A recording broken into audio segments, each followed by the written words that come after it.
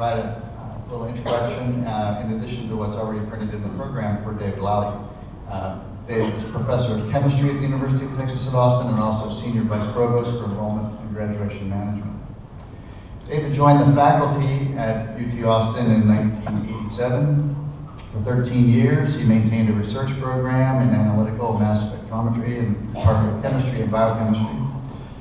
He received both a Beckman Foundation Young Investigator Award and an NSF Presidential Young Investigator Award. Maintained a large laboratory supported by both NSF and NIH grants. Has graduated 24 PhD students, produced 90 publications or more. But that's not why he's here. Although that gives you a sense a little bit about a part of him. During his time at Texas, he's established a reputation for teaching excellence and curriculum innovation and has received many awards for his teaching, including membership in our very highly selective Academy of Distinguished Teachers. For the past 16 years, Dave has taught introductory general chemistry in what has become one of the most popular courses on campus and has the largest enrollment of any of the courses taught in the College of Natural Sciences. The course was one of several that was included in our recent course transformation project and is now taught with a hybrid model of lecture and online content to maximize student success. Dave has also been a leader in undergraduate program reform at UT Austin. For example, after becoming an associate dean in the College of Natural Sciences in 1996, he chaired the original committee that proposed the teacher preparation program known today as UTeach, and was its director during the first 2 years of operation while it was becoming established. The UTeach program name actually derived from a pre-existing co-curricular engagement program David had created to send his chemistry students out to tutor in local schools, which is now called UTeach Outreach. In 1998, he created the Undergraduate Research Forum that now showcases the original research of more than 200 natural science undergraduates each year. In 1999, he created the Texas Interdisciplinary Plan as a way to provide a small college learning environment for students with adversity indicators. Since then, TIP has grown from a cohort of 40 natural sciences pre-health profession students to nearly 500 first-year students. He was instrumental in the creation of the nationally recognized Freshman Research Initiative that today enrolls 900 incoming freshman students in the research programs of more than 25 faculty members in the College of Natural Sciences. Since entering the Provost's office, David has worked to expand the successes he achieved in the College of Natural Sciences to the entire campus, while overseeing undergraduate education and the offices of admissions, registrar, and financial services. For example, he developed the 360 Communities program that places all 7,200 incoming freshmen in small learning communities to assist with acclimation to the university, and he coordinates the assignment of 1,500 some incoming freshmen from under-resourced backgrounds who participate in our freshman success programs. He's redefined the role of financial services to support new programs like Summer Bridge and University Leadership Network that welcome and integrate students with financial need into the Austin community. All of these efforts have contributed to what we now have as the highest first and second year retention rates in the university's history. One characteristic seen in many of the initiatives David has developed and championed has been an interest in addressing challenges faced by students who historically struggled to succeed, particularly in STEM degree programs. These efforts were highlighted in a New York Times feature article last May. As you can see, David Laude has been working on the front lines of engaged learning and an ethos of discovery at a research university for many years. I hope you are as eager as I am to hear what he has to say about achieving the promise. David?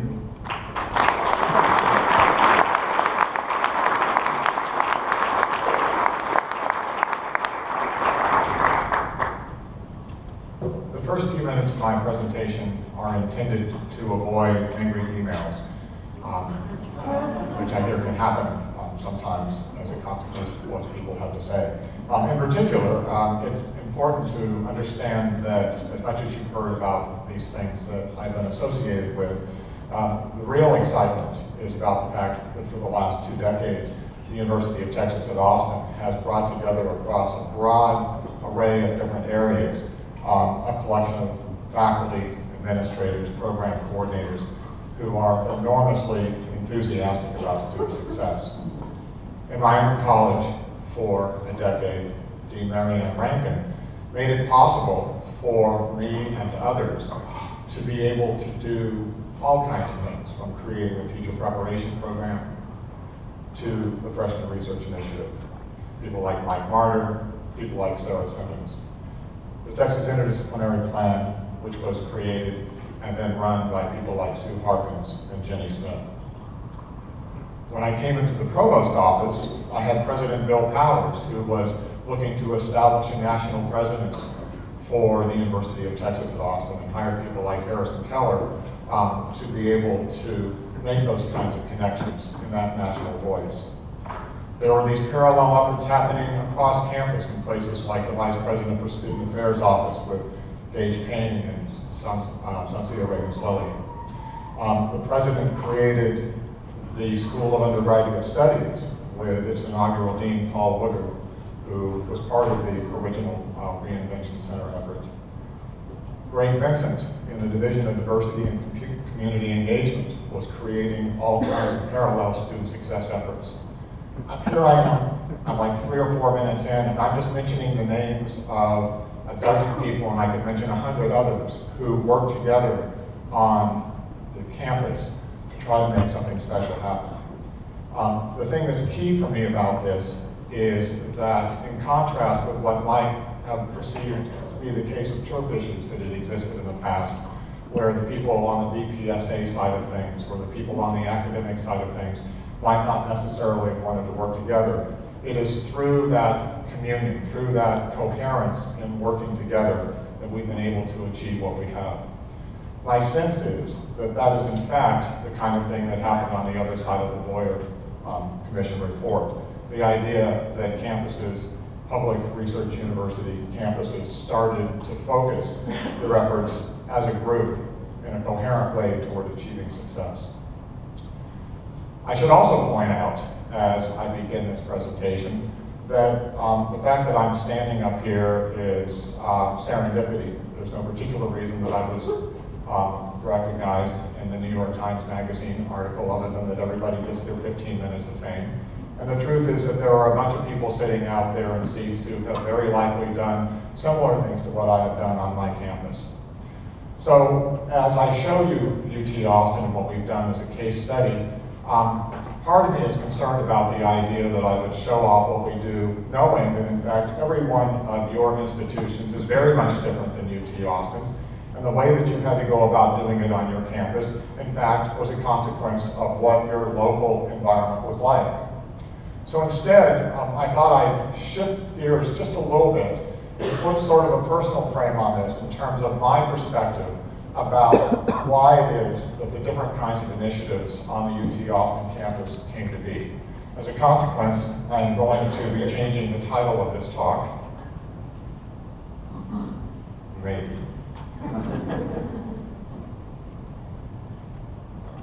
So this is where we find out that I don't, oh, there we go. To something different. It's creating a campus culture where every student graduates. I put this up here because it's personal to me. I was an 18-year-old once growing up in the Central Valley in California, not particularly aware of what higher education was. And the next month, I'm at Sewanee, a deeply steeped Southern traditional school with fraternities, and I didn't know what one was. It was in that environment that I had to grow up really fast, and without actually the tools to be able to do so. At the end of my first semester there, having earned a C in the chemistry course I now teach, and having been broken in many other ways, I decided to head home to California to enroll in a local junior college. It was only the fact that I'm scared to death of my father that I ended up going back to Sewanee, and it all worked out in the end. The thing about it that's interesting for me is that that experience has in fact shaped the way I view how I teach and how I administrate now. But it has been a process that's had to evolve, and I think in showing you some of these slides about what's going on, you can understand some of what my transformation has been about. I should also mention, as was pointed out by Larry, that I am a chemist. In fact, I'm an experimentalist. I'm not a theorist. My appreciation for education research, education theory, is that it exists and it sounds pretty interesting, but that I've never had a class in it, and that I don't traffic in it particularly well, so that when I hear people doing education speak, I think I may be doing something like that in practice, but I don't actually know for sure. So what you're going to see here is just kind of a, this is what I had to do thing. It was recognizing UT Austin as an incubator in which my responsibility was to do whatever I could, first for those first 14 years in the College of Natural Sciences, and now in the last 2 years in the provost office, to make it possible for this to happen for every student to graduate. So that's what this presentation will be about. There will be 9 different topic areas, and I'm going to throw them up there, and I'm going to offer an opinion to keep you awake. Many of them will be provocative. You can agree with them, not agree with them, but at least to get you a sense of where I see things going. I do this because part of me is deeply concerned about what's happening in higher education, especially on research campuses. What the value proposition will be on a research campus when we see so many of the things that we've taken for granted, like money, or the ability to teach in our classrooms is very important. So it's in that context that I will talk to you.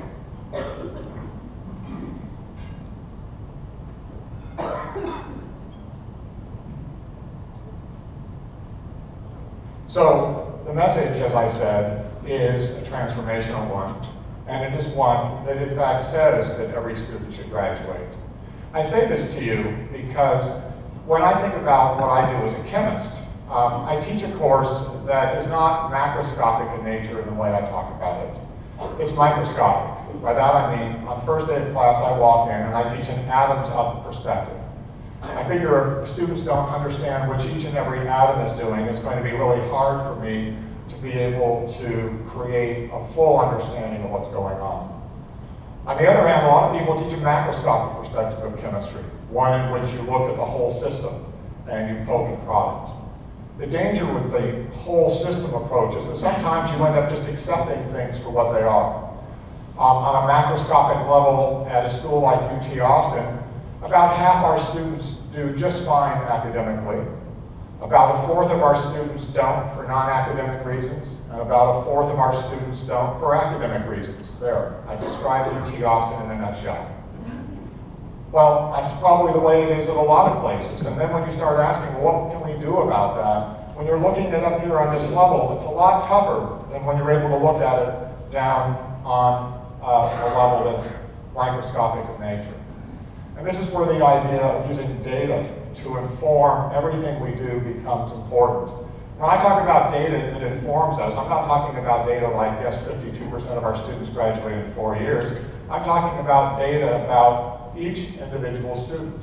I was fortunate when I came into the provost office that Dan Slesting and Rita Thornton had put together the statistical tools that would allow us to interrogate and predict every student as they arrived on campus in terms of what their financial needs were and how we should incentivize their receiving that money, but more importantly, asking the question, what is the likelihood that that student will graduate in 4 years?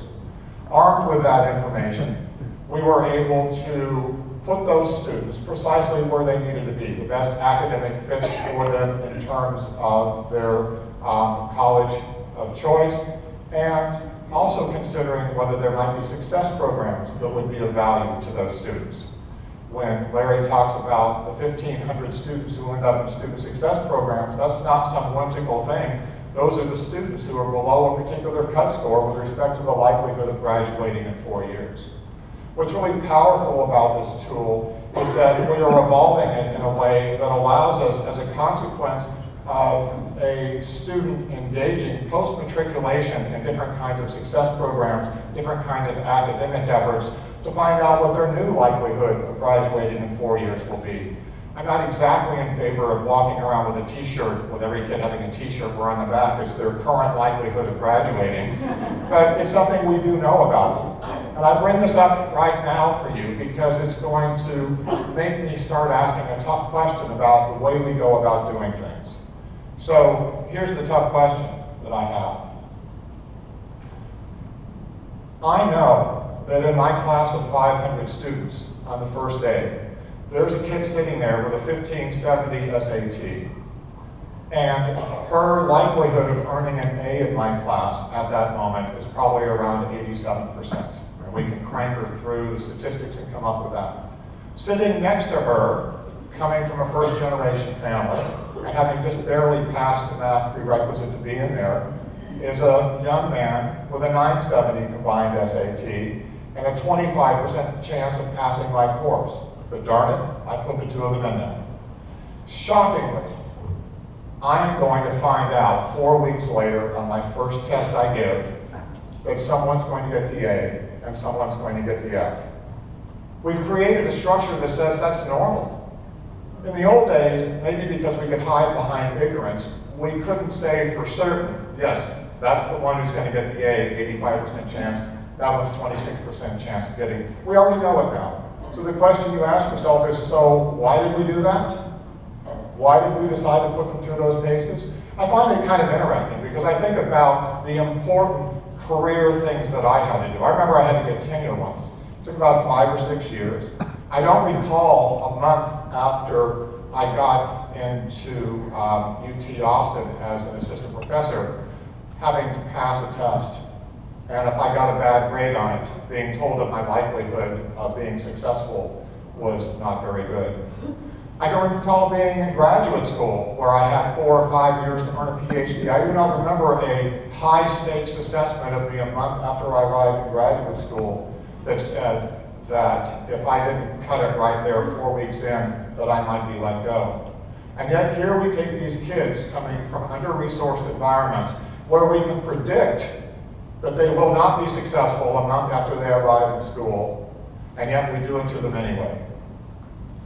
Now, my way of viewing it is that something we should be thinking about very clearly is that we have 4 years to get those young men and women earning undergraduate degrees on our campuses across the finish line. And that the idea of this high-stakes assessment early on doesn't make a lot of sense. I also know that out there in the world are people who understand that right now. They are the video game makers. The video game makers provide 6-year-olds with PlayStations and say, look, what we want you to do is to become an adult, to become a leader, to become a part of the University of Texas community. So in that first year, we're going to give you $500 a month every month for 10 months because you do the right thing. The right thing isn't about getting A's. It's always bothered me that people with 3.03 GPAs are sweating the fact that they might not have their scholarship to come back the next year because they decided to take an honors course.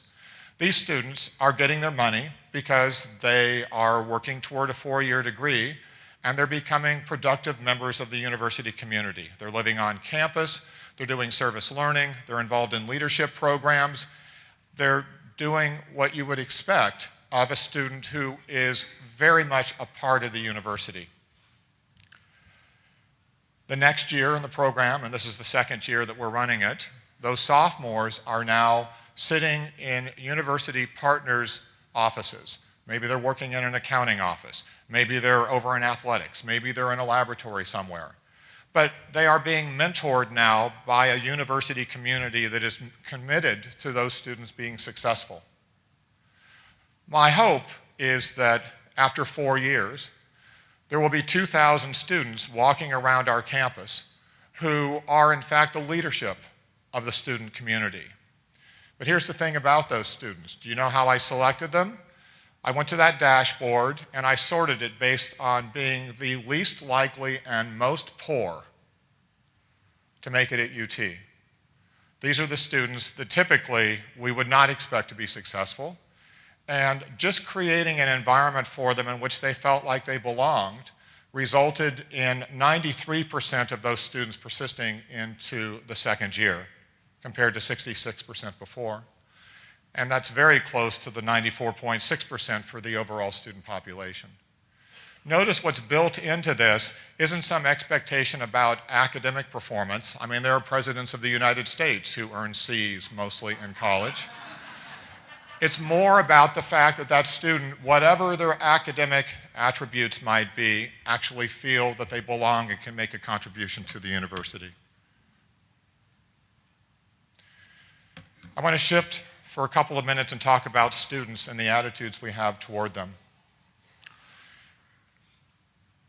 If you are a student coming from an under-resourced background, you can be absolutely guaranteed that most of your thoughts have to do with whether or not you belong at all. And when those students look at individuals who are so confident and have such a background and have such affluence, and they make that kind of me or them, they're not dumb. They can see that they don't fit. We can't often do much about the fact that some kids drive around in BMWs and some kids take the bus. But we can do something about telling a student from an under-resourced school that they aren't smart enough to be in our courses, or that they need to be remediated. So every program we run at UT Austin denies the notion of remediation and replaces it with the idea that those students are scholars. My sense is, if you're going to let a student into a university to study to become something intellectually, academically, then you owe it to them to treat them that way and to do everything you can. The impact it has on their mindset, the impact it has on their desire to step up right from the beginning is enormous. When I first started the TIP program, I was working with the 50 students in my chemistry class who year in and year out were least likely to be successful. Well, not surprisingly, they came from geographically distressed areas. They came from first-generation families. They came from under-resourced high schools. And yet, once I brought them on campus and I said, you're every bit as good. Here, write an essay on your intellectual muse. That's what they had to do their freshman year before they arrived. My intellectual muse? I don't know why I said it, but that's what we wrote, and that's what they did. It challenged them to think this way and to believe this way. Those students were supplemented to death. They took calculus, they took chemistry, they took biology, the real courses. They had an average SAT that was 200 points lower than that from my normal class. They ended up graduating 4 and 5 years later with twice the graduation rate of the normal students in the College of Natural Sciences. 12 of them went on to medical school. These are students with 870 SATs, 970 SATs. I was talking to one of them. He was walking out of my office and I said,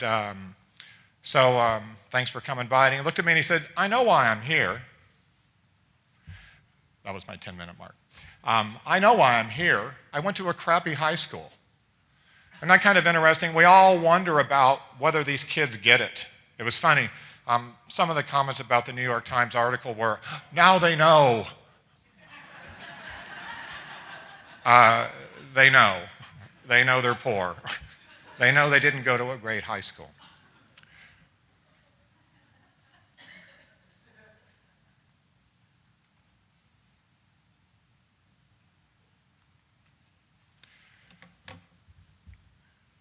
Everybody's about community, and I couldn't agree more.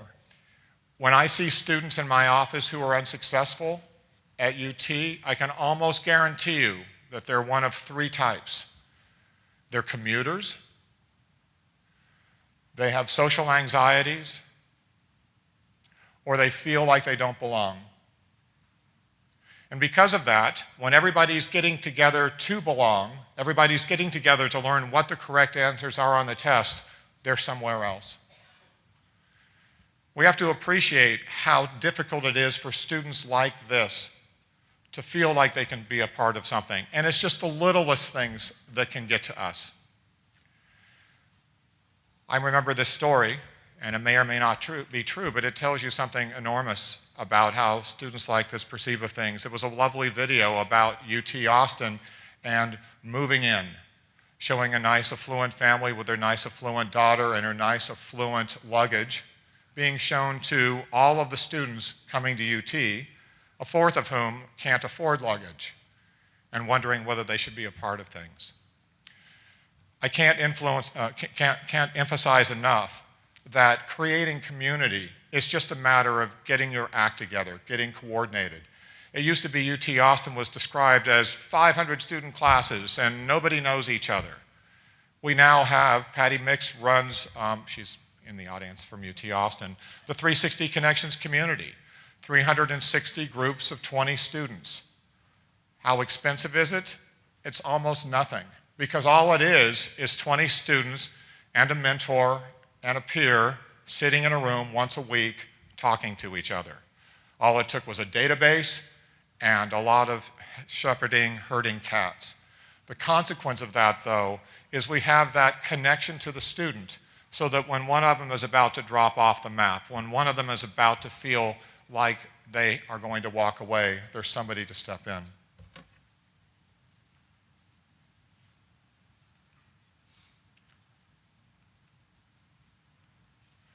All right, now for the controversial part, and I'll keep this brief.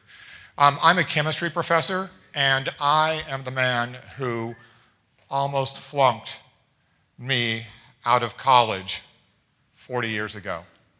I would walk into my class with 500 students, and I would say to them,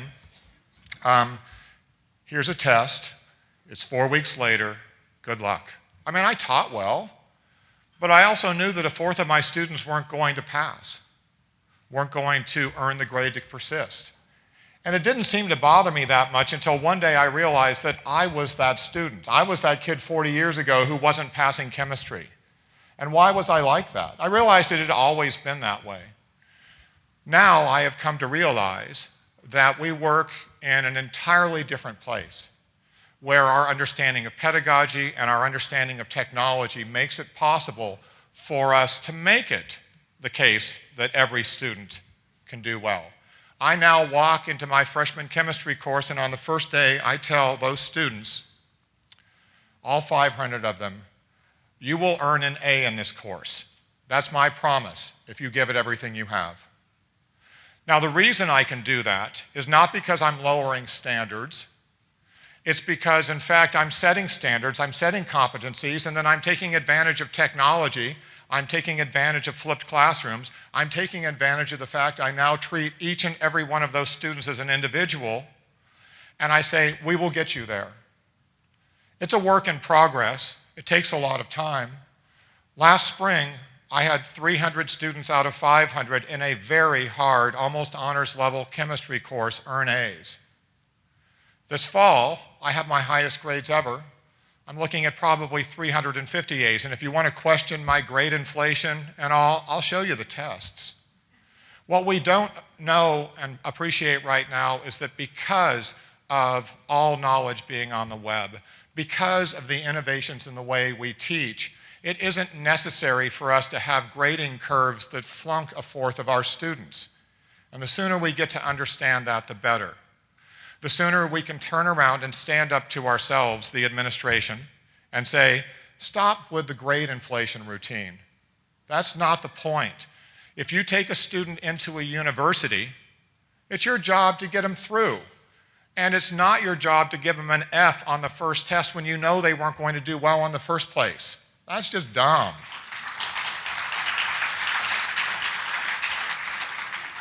And yet we do.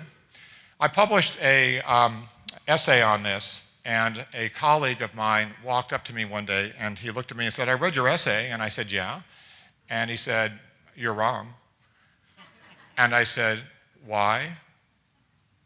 And then he didn't say anything.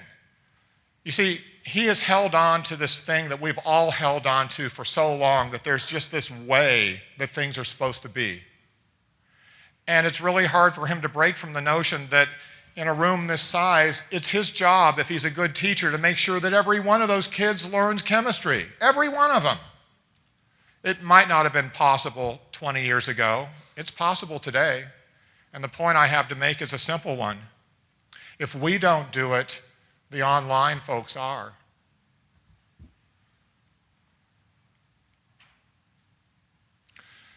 Lots is made of experiential learning, and in a room like this, I don't need to promote it. I will say that Dean Rankin and the faculty, wow, that's not good. Dean Rankin and the faculty in the College of Natural Sciences have worked earnestly over the last 2 decades to make the research experience a reality for the students. When I arrived 25 years ago at UT Austin, I couldn't find 4 students in research laboratories. Today, I can't find 4 professors who don't have a dozen kids in their laboratories. It's just amazing, the transformation. And the Boyer Report had so much to do with that. Being able to find ways to do this creatively is in fact what things like the Freshman Research Initiative does. The Freshman Research Initiative puts half of the students in the College of Natural Sciences as freshmen in real research labs. And you should learn more about it. It's pretty great. My last comment is about faculty.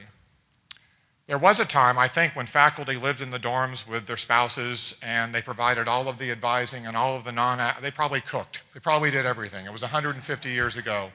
And then slowly but surely over time, we moved in a direction where they did less and less of the cooking, less and less of the advising, less and less of the mentoring, more and more of the research. I still remember vividly the reason that I got into my position is because they created the professional advisor. The professional advisor is a euphemism for faculty no longer advise. And I was bummed because I actually liked advising. So I went and asked if I could be the undergraduate faculty advisor, and they said the position doesn't exist anymore in chemistry. And I said, well, can I do it anyway? And the next thing I know, I'm a student dean. What we need to appreciate is that the thing that brings the greatest joy, I think, to most faculty, even the research faculty, is that they are, in fact, the role models for their profession. The thing I treasure most as a faculty member are those letters students write to me telling me about that 5 minutes I spent with them that changed their lives. Anyway, so that's my message. And I think it's one that it's a good one, and I think it's one that many of you share with me as what we need to be doing. Thank you.